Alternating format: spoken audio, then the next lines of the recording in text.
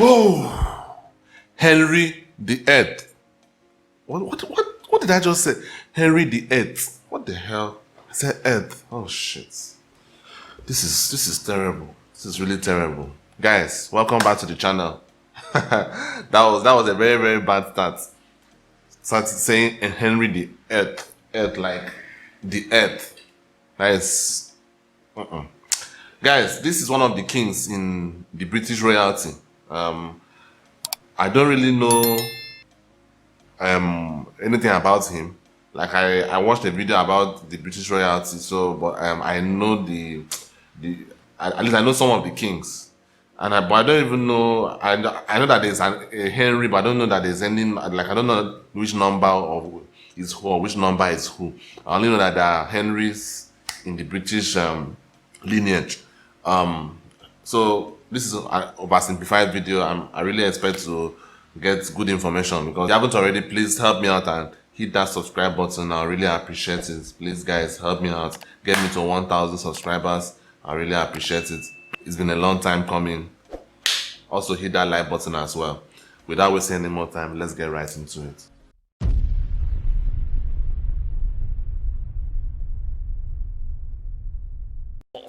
Sigmund, I don't have much longer. Tell me, was I a good king?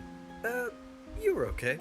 Will I be remembered as the great warrior king who invaded France, revolutionized English healthcare, and developed great parklands?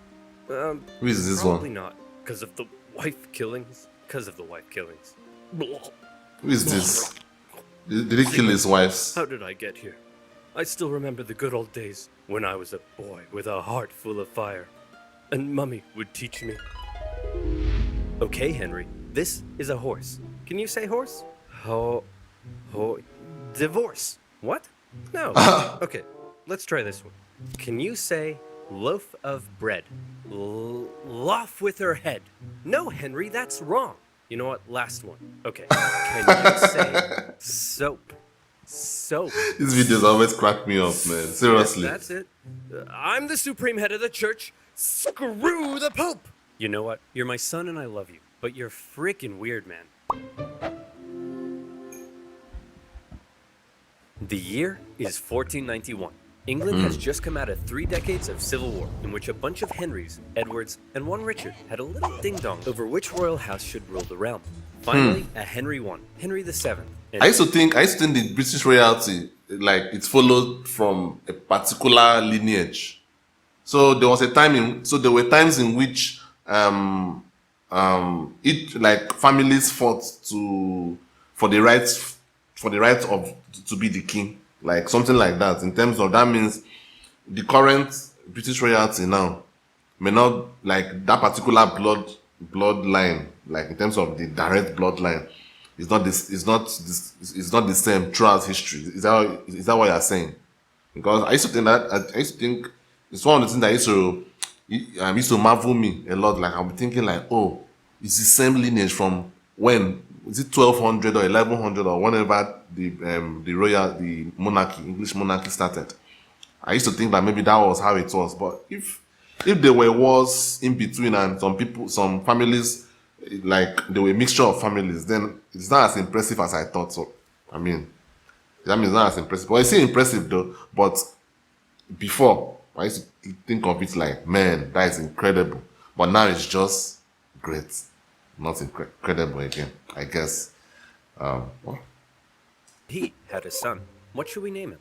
My royal Henry lineage is VII. full of Henrys. A fine name, a vigorous name, a tenacious name, a muscular name. How about Arthur?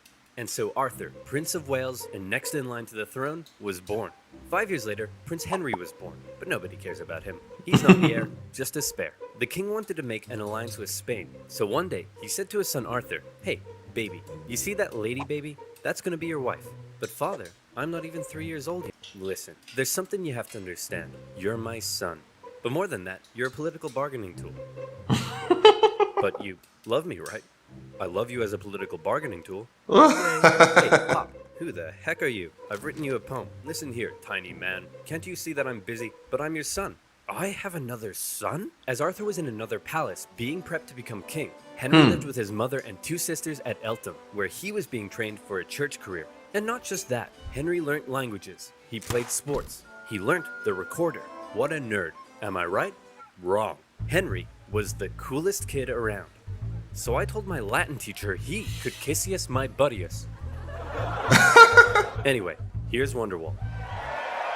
Great scholars and theologians from across Europe came to meet and teach the young Prince Henry, who by all accounts was a very enlightened, bright and charming young boy. Everybody loved Henry, and out of everything Henry was taught, more than anything, he came to adore and respect theology and Catholicism. One of Henry's tutors was English poet laureate John Skelton, who wrote a textbook for Henry that we still have today. In it, he wrote a number of important lessons for the young prince, such as, do not be mean, loathe gluttony, and do not violate widows. Important lessons for any 9-year-old boy. What the hell? I mean, that is weird. Is this actually true? Because, like I always say, these oversimplified videos, sometimes I'm always thinking maybe he adds some things for satire. But is this actually true that this Henry was taught this kind of things at the age of 9? I mean, is it really a bad thing to teach a 9-year-old? I don't think. Okay, wait. It may not be that bad. I mean, it's basic morals, right? So I don't think it's that. Nine is too early. What do you guys think? Now 15 years old, was married to Catherine of Aragon, sealing the union between England and Spain. And then he died. Oh, my alliance with Spain, my poor, poor alliance with Spain. And your son, sire? Oh, yes, of course, my son. But mostly my alliance with Spain. Hey, Pop, who the heck are you? Oh, yeah! And just like that, an unprepared Prince Henry was now the new heir. Thinking about it now, why did Oversimplified choose Henry VIII? Oh, why am I still saying Earth? What the hell? Why did Oversimplified choose Henry VIII to make a video on? Could it be that he was the most interesting king out of the lineage? Because I'm just thinking, it just crossed my mind. Why did he choose him out of all the kings? Why? So that means there was something very interesting about him. But that's what it means. So let me see what it could be. Because there were so many kings in the English monarchy. So if he chooses Henry VIII, so thank God I didn't say it again. If he chooses Henry VIII, then that means there was something special about the guy. Obviously. So let's see what it was. To the throne. And how about that alliance with Spain? Well, the solution was simple. Hey, boy, see that full-grown woman over there? That's gonna be your wife. What, my brother's widow? Yes. You're a freaking weirdo, man. Now, in the Bible, there's a verse that says marrying your brother's widow, that's a big no-no. So the king needed to convince the Pope and get his special permission. Hey, can I please have my son marry his brother's widow? Sure, why not? And so it was. Henry's life was turned on his head as he was moved to the royal court, next in line to the throne. But tragedy struck when just a few months later, his mother, with whom he was very close, suddenly died in childbirth. The loss of his mother almost certainly had a big effect on the young boy. In his older years, King Henry VII went on a bit of a paranoid trip. As was normal for a king at the time, Henry VII had had to quell a number of rebellions, and as he aged, he became ever more suspicious of the nobility around him. To keep them in check, he began levying huge, ruinous fines, left, right, and center.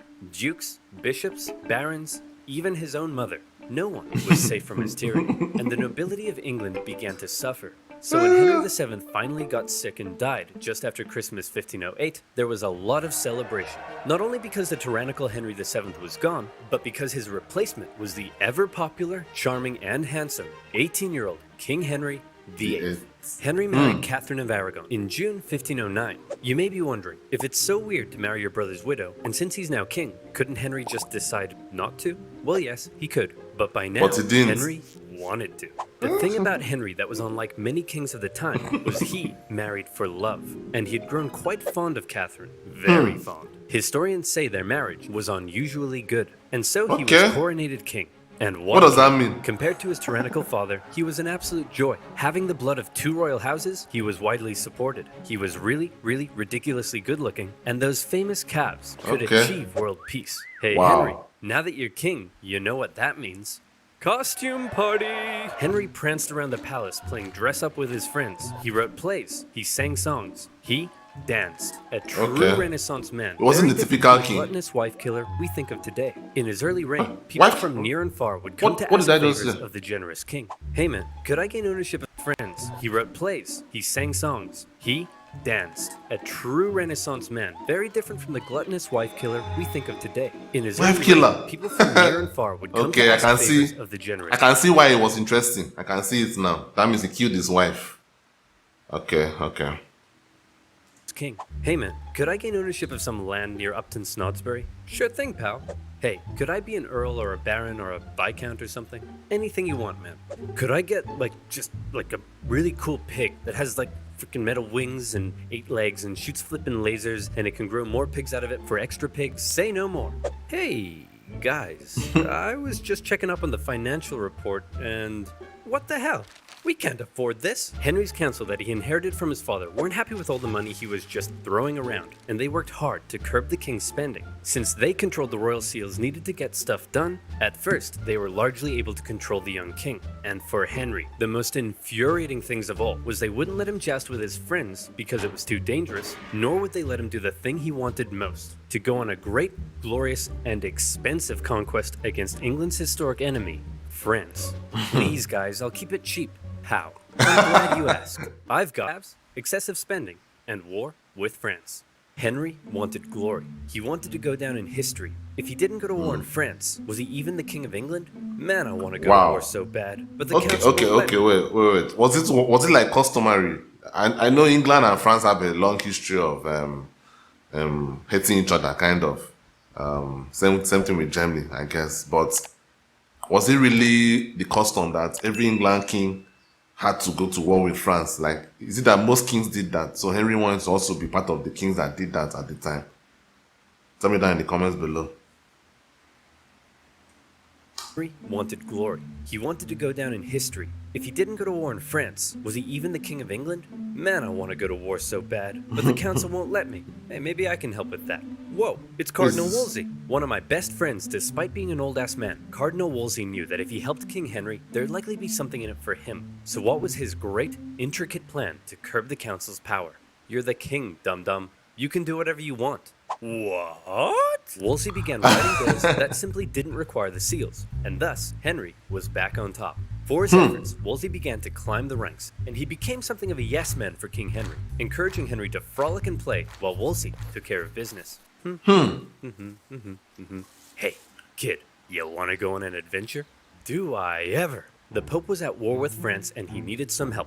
He offered the young, impressionable King Henry 100 Parmesan cheeses, some wine, and a golden rose if he came to the Pope's aid, and Henry was all in. At this point in his life, he still respected the church and loved the Pope.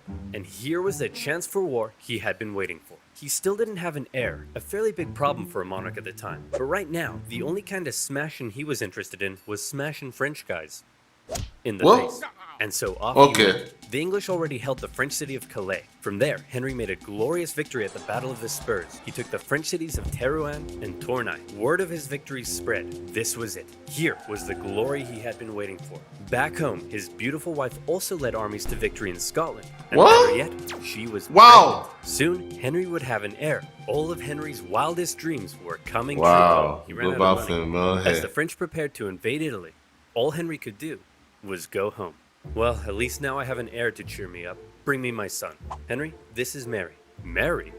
That's a funny name for a boy. Henry, it's a girl. This was Henry's 5th pregnancy that had not resulted in a male heir. Happy Henry wasn't so happy anymore. You still haven't given me a male heir. Well, how do you know it's my problem? Maybe it's your problem, Henry. It couldn't be my problem because I've been walking half your maidstaff and one of them gave me a boy. Sure. Yeah, you know what? Maybe it's my problem. I'll look into that. Cardinal Wolsey, now Henry's Lord Chancellor, knew his job depended on keeping Henry happy. And so he said, well, if you can't be the great warrior, then how about the great peacemaker? Not as cool, but okay. And so the Field of the Cloth of Gold, a glamorous peace summit between England and France, was held. The King of France, Francis I, was essentially the French version of King Henry. And the whole thing was basically one giant codpiece measuring contest. The two sides did agree to a peace treaty. However, it didn't last long. You see, there was a third major player in European politics at the time. an exquisite specimen of royal inbreeding, an heir to a huge inheritance, and a chin that could hit a home run. Holy Roman Emperor Charles V. He was Henry's wife's nephew. Henry had helped him out in the past to put down a Spanish rebellion, and now the two wanted to make an alliance, and so a marriage was arranged. Mary, I'd like to introduce you to your 22-year-old fully grown adult cousin, and now your future husband. Ew, he looks inbred. Mary! We're all inbred. With their new alliance, Charles and Henry agreed to team up and relaunch a campaign against France. In 1522, the English landed and stormed as far south as Agincourt, but Charles didn't commit significant forces. Whoops, sorry man, not sure what happened. I'll join in next year. The next year, England swept northern France, almost taking Paris. But once again, where was Charles? Oh man, I'm so sorry. I promise, next year, I'll be there. The next year came, and a fed-up Henry decided he was gonna sit this one out. And just as Charles ravaged the French at the Battle of Pavia and captured the French king. Holy crap, dude. Yeah, I totally kicked France's butt. That's great. So, can I have the French throne like we agreed? No. What? And also, I don't want to marry your ugly daughter anymore. Have you seen your chin? Mummy says it's a strong chin for a strong boy. As Henry's alliance with Charles fell apart, Henry knew his days as a warrior were over. This was a problem for Henry, but it was a bigger problem for his wife. Catherine of Aragon had two jobs. The first was to give Henry a male heir. The second was to maintain an alliance with her relatives in Spain, including her nephew. And she was fairly at the two. Had failed, and Henry's sexy eyes began to wander. Home from all his wars, Henry ate up his daily 5,000 calories of meat as an infatuation began to grow for one of his wife's ladies-in-waiting, Anne Boleyn. Beautiful, intelligent, cultured. She was exactly Henry's type. Now, Henry had had dozens of mistresses, including Anne's sister, but Anne didn't want to just be Henry's side chick. She wanted to be his queen.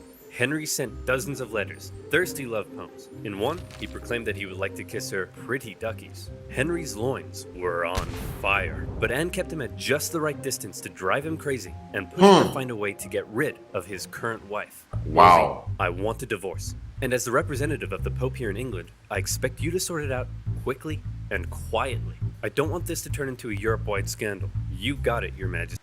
Damn. No wonder people always say... You know, in those days, it was practically almost impossible to sleep with a woman without marrying her or making it official. Not like now that you can just sleep around with anybody. That time, women had so much power because they could just like, okay, you're not going to get these loins. I'm going to get these loins until you make me queen. Now, I think that was probably what drove this man to go and kill his wife. Can see happen now though, despite the fact that women are giving it up more easily now. You can see happen now. This same thing can see. I think it has happened. It's still happening now, right now in the world. I'm very, very sure of that. I have no proof of that, but I'm just assuming that it's happening somewhere. Representative of the Pope here in England, I expect you to sort it out quickly and quietly. I don't want this to turn into a Europe-wide scandal. You got it, Your Majesty. Hey, Big Papa! My boy Henry says he wants to divorce his wife. Any chance? Nope. To Henry's shock and horror, Wolsey deferred the case back to the Pope in Rome. To make matters worse, after all the wars in Europe, the Pope was currently under the thumb of Charles V. Now everybody knew what was going on. Henry's divorce trial had become a pawn of greater European politics. Wow. For Wolsey, the decision was a disaster. His job was to keep Henry happy, and Henry was very, very unhappy. Nevertheless, the divorce trial began. Henry's case rested upon the Bible verse in Leviticus that claimed marrying your brother's widow would lead to childlessness, and Henry was certainly having a hard time getting a male heir. He argued that the Pope had got it wrong when he allowed Henry to marry his brother's widow, and that now divorce was the only solution. However, the Pope and Charles V acquired some interesting letters from an unknown source. He wants to kiss her pretty duckies? Man, this guy's loins are on fire. The Pope now knew the case for divorce may not actually be found in Henry's Bible, but in Henry's pants. After escaping Charles V, the Pope did send out one Cardinal Campeggio to oversee the trial. Campeggio was an old man racked with gout. It took him 6 painful months to travel from Rome, and when he finally got there, this kept happening. You have to remember that they were using, I think this is 14 something, so they were still using horses by then, right? They were still horses by then.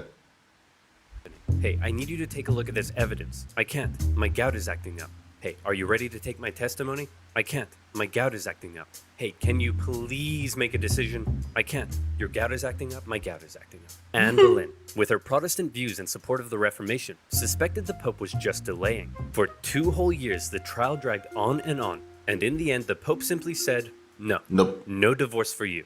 Henry, the king that had previously defended the Pope militarily from France and intellectually from the reformist ideas of Martin Luther, who had once respected the Pope above all, now found the Pope standing between him and fourth base. Your Majesty, Fourth what base. will you do? I'm the king, dum-dum. I can do whatever. Fourth base. Is it not supposed to be like I know it's an American saying. It's not supposed to be first base. First base is supposed to be you sleeping with the lady, right? Fourth base. Okay. Okay, I can see what he's trying to say. I mean, he has to even try and kiss first, right? He has to even try and kiss first before he even goes down there. Okay, I can see that. Now found the Pope standing between him and fourth base. Okay. Your Majesty, what will you do? I'm the king, dum-dum. I can do whatever I want. What? For his failure, Henry removed Wolsey from the court, a decision that was likely influenced by Anne Boleyn, who disliked the cardinal. Having fallen from grace and with potential charges of treason over his head, Wolsey died of illness a year later. Then, Henry set about removing England from the influence of the Pope. Hey, if you do that, I'll excommunicate you. Who cares, man? Oh no. Apathy.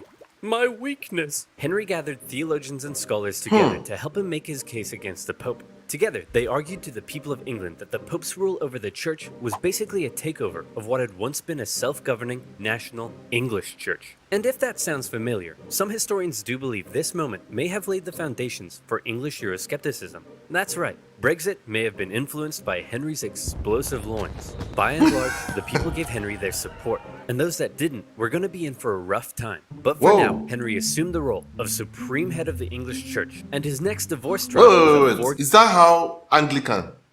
Is that how Anglican came about? I know Anglican is like English Catholic. Like that is what it means in terms of like.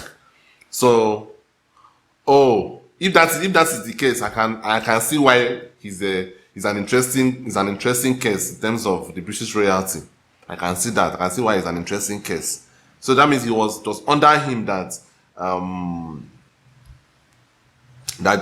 the English created their own Catholic church, if I would say, which was an Anglican. Okay, that is interesting. Henry their support, and those that didn't were going to be in for a rough time. But for now, Henry assumed the role of supreme head of the English church, and his next divorce trial was a foregone conclusion. Catherine of Aragon was Aragon, and Anne Boleyn was in. Alright, I've upended the entire country to be with you, so you'd better give me a son, okay? Now, did you get my letter about the duckies? Having finally married the girl of his dreams, it was party time for Henry. And what a party. Life in the Tudor court was non-stop. Huge banquets, with each person eating on average 5,000 calories a day. Damn. No vegetables. Those are for poor people. Rich people ate meat. And so you know what else is for rich people? Constipation. But don't let that stop the party. The toilets are communal. And Henry himself was the center of everything. He ate the best food. He had 1,200 pairs of shoes. He didn't even have to wipe his own bum. Life was great. Oh, is that actually true? What the fuck? You, Your Majesty, King Henry VIII. But how did they pay for it all? Well, influenced by his fairly Protestant new wife, since Henry had overturned the organization of the church, this is how they paid for it. Oh my goodness, how awful. Selling fake fragments of the cross? Vials of Jesus' blood that you got from a duck? Using religion in this way? This is terrible. I must confiscate all this money at once. Yes, how awful. I must take all of this away immediately. Monasteries across the nation were dissolved and their riches placed in the royal coffers. Obviously, many people weren't too happy about this, but Henry had a plan for that as well. Henry's descent into tyranny had begun, as any who rejected his new claim as supreme head of the English church found their heads on the chopping block. And so Henry partied. He danced, he sang, he ate, he jousted.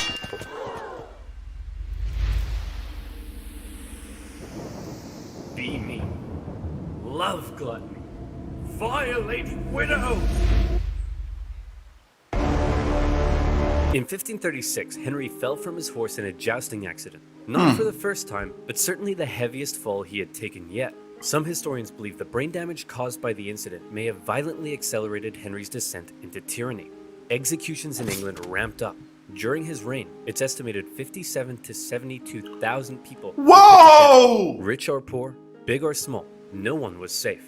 And the most prominent victim of all was to be Henry's own wife. It had been 3 years since their marriage. Anne had been pregnant 4 times, yet she had only been able to produce one healthy child, a girl. What's more, it's possible she had been going around insulting Henry's manhood. Henry's eyes, once again, began to wander. His new top man, Thomas Cromwell, didn't want to end up like Cardinal Wolsey, and so he came up with a plan. There was a court musician who had been quite flirtatious in public with the Queen. Well, Thomas Cromwell and his boys got a forced confession out of him, saying that it didn't stop at innocent flirtation, and the charges came rolling in. Listen, Anne, we need to talk. Oh no, you're gonna divorce me, aren't you? Just like your last wife. Aw, no, come here. Shh, no, I'm not gonna divorce you. It's much worse than that. Anne was charged with adultery, perversion, even incest, and plotting to kill the king himself. The jury found her guilty, including her own uncle and ex-fiancé, both fearing the wrath of the king. And on May 19th, 1536, Anne Boleyn was Anne Boleyn. Literally the next day, Henry married one of Anne's ladies-in-waiting. This guy was Jane crazy, Seymour, man. his third wife. After Anne had smack-talked his manhood, and since he still had no male heir, Henry went on a campaign to ensure the public knew he was as virile as it gets. He had this famous portrait painted of the manliest man I've ever seen, and later, he would even have his physician make a declaration about his health. King Henry is a fine specimen of a man, and please don't make me say this. Say it. And every time I look at him, I wish I was a woman. The truth is, after his jousting accident, the king had badly injured his leg and was no longer very active, yet he was still eating his daily 5,000 calories. So by now, Henry was extremely unhealthy. For the remainder of his life, he would incur a number of illnesses, and his injured leg ulcers would ooze stinking pus. A fine specimen of a man indeed. On the church front, Henry's new and now pregnant wife was a devout Catholic, and she pleaded with the king to reinstate the monasteries. Henry was sick of wives meddling in his business, and he bluntly warned her to remember what happened to Anne Boleyn. Since splitting with the Pope, Henry had been hard at work determining the theology of his new Church of England. It kept many Catholic traditions, while on the other hand embracing some reformist ideas, such as requiring the use of a new Bible not in Latin, but in English. The cover of Henry's new Bible depicted the people appearing to worship a giant King Henry. And in the corner, there's some people being put to death, just for good measure. For any who opposed Henry's ideas, whether Catholic or Protestant, for any who rebelled against him, it would be off with their heads. In October 1537, Henry finally got what he had been waiting for. His wife Jane gave birth to a healthy boy. However, the triumph soon turned to tragedy, as Jane Seymour died days later from complications during the birth. Henry mourned Jane, the woman who had given him a son, for 2 years. Your Majesty, it's time to choose your next wife. Thomas, not now. Can't you see I'm in mourning? That one. The woman Thomas Cromwell had lined up for Henry's next marriage was the sister of a powerful German duke. But all Henry cared about was that she was pretty as pie. And Thomas Cromwell promised that indeed she was. However, when she arrived in England, Henry was less than pleased. Your Majesty, let me introduce you to your fourth wife, Anne of Cleves. What's that smell? I think it's your legs, sire. No, it's Anne of Cleves. She's ugly. This is treason. What? Off with his head. Henry found his new wife so repulsive that he never consummated the marriage and divorced her just 6 months later. And What the hell, this guy? Ugly, stinky woman, along with additional charges of plotting treason, Thomas Cromwell lost his head. What the fuck?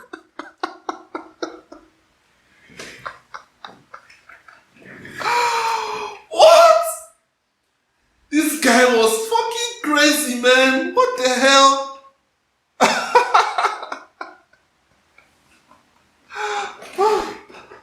Whoa! Whoa! Okay. I don't think any English king had a more interesting story than this. I can see why OverSimplified covered this guy. This guy was off the rails, man. He was off the rails. What the hell? Whoa! And for bringing Henry an ugly, stinky woman, along with additional charges of plotting treason, Thomas Cromwell lost his head. The very same day of Cromwell's execution, Henry married his fifth wife, the famed beauty the same Catherine day. Howard. She's believed to have only been 17 at the time. Henry was 49, and like Oh, he wasn't even that old yet. Catherine I was Howard didn't thinking last I was long. thinking that by now with all these stories going on that he has already reached like 60 or something. Okay. You see, for some reason, she may not have been entirely satisfied with her 49-year-old fine specimen of a man, and it's possible she engaged in Ew. a number of extramarital affairs, Oh. including one with her cousin, Thomas Culpeper. When Henry found out, he was devastated. How could she do this to me? But, sire, don't you have hundreds of mistresses? Shut up, Barry. That's not the point. Your Majesty, you're crying. I'm not crying. It's just that sometimes, when I get sad, water Comes out of my eyes. Catherine Howard met this I guess that. same fate as Anne Boleyn in 1542. So, we've had divorced, beheaded, died, divorced, beheaded, look out, here comes survived. Henry married the daughter of a royal official, Catherine Parr, in 1543. Why would And they she still was marry a him? good Okay, companion. let me not say that. This is reality. He was still the king at the end of the day. No matter, we have so many men in the world right now that are so terrible men. If you want to look at it like, but because they are rich, women will still flock to them. So it's, at the end of the day, it's what it is, I guess. So he was still the king. He still had money. He still has status. So, not surprising. Look out, here comes survived. Henry married the daughter of a royal official, Catherine Parr, in 1543, and she appears to have been a good companion to Henry. She cared for the aging king, who by now was so heavy it took several men to winch him onto his horse. She acted as a mediator within the family and convinced the king to restore his two daughters to the line of succession. Their marriage did have one hiccup, however, when Catherine dared disagree with the king over the subject of theology. It's a miracle because when the priest says the words of institution, the bread turns into the body of Christ. Well, if you put the bread in a box for 3 months, is it a miracle that it turns moldy? Treason! You can't just call everything treason, Henry. The king called for her arrest, as serious charges were placed over her head. What the hell? In the end, she told Henry that she had not been disagreeing with him, but simply learning from him. And so when the guards came to arrest her, the king told them to make like an Anne and cleave. Catherine Parr stayed with Henry right until the end. As he aged into his later years, in increasing pain and ill health, he grew ever more suspicious and moody. The once generous, promising young king was now feared by all around him. Sigmund, I don't have much longer. Hold me. Of course, sire.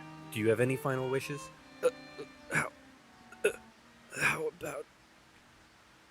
How about one last conquest in France? And so in 1544, Henry made for Calais. the The hell? pesky French had been supporting the Scottish in their ongoing wars with England, and they also owed Henry some money. So the extremely unhealthy king personally led a siege against the French city of Boulogne. The English dug tunnels under the castle, and on the 13th Wow. of September, the French surrendered. A glorious victory for Henry. In actuality, the whole misadventure nearly bankrupted England, and they ended up giving Boulogne back to the French a few years later. But shh, don't tell Henry. He's having his moment. Finally, in 1547, a 55-year-old Henry, lapsing in and out of consciousness, passed away. His son, Edward, succeeded him, but died just 5 years later. His daughter, Mary, briefly took the reins and steered the country back towards the Pope. But then his second daughter embraced reformist ideas and gradually transformed England into a Protestant country. Henry's desperation to marry Anne Boleyn Okay. and his resulting feud with the Pope had Elizabeth changed the the course. First. Elizabeth the First. Okay, the one that just passed away is Elizabeth the Second. Okay. Elizabeth the First. Is it that movie that this lady acted? Kate Blanchett. I think there was a movie about the Queen. Was it? Guys, tell me down in the comments below if you know the movie. So was that Elizabeth? So she was the one that okay.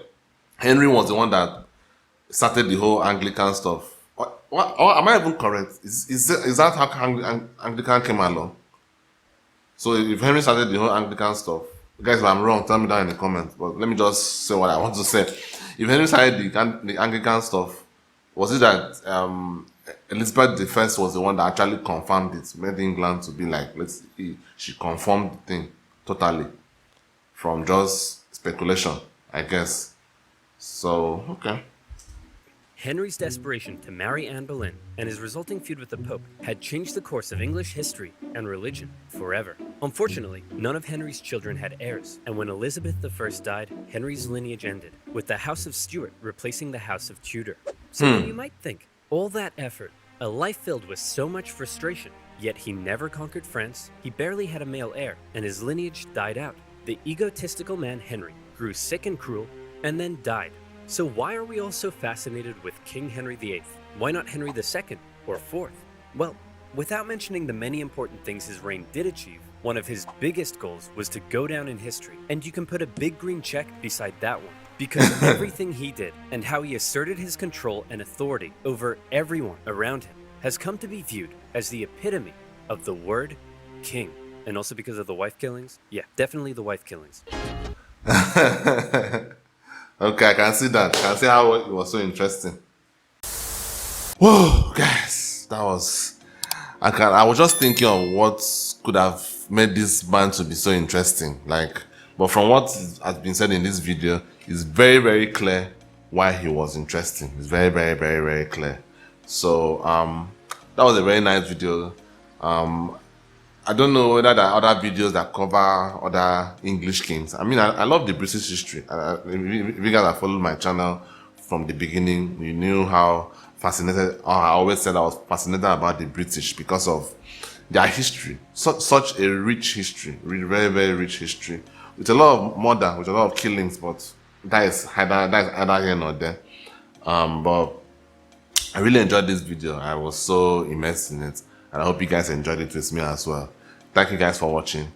Please help me out, hit that like button, and remember to subscribe as well. Get me to 1,000. I'll see you on the next one. Peace.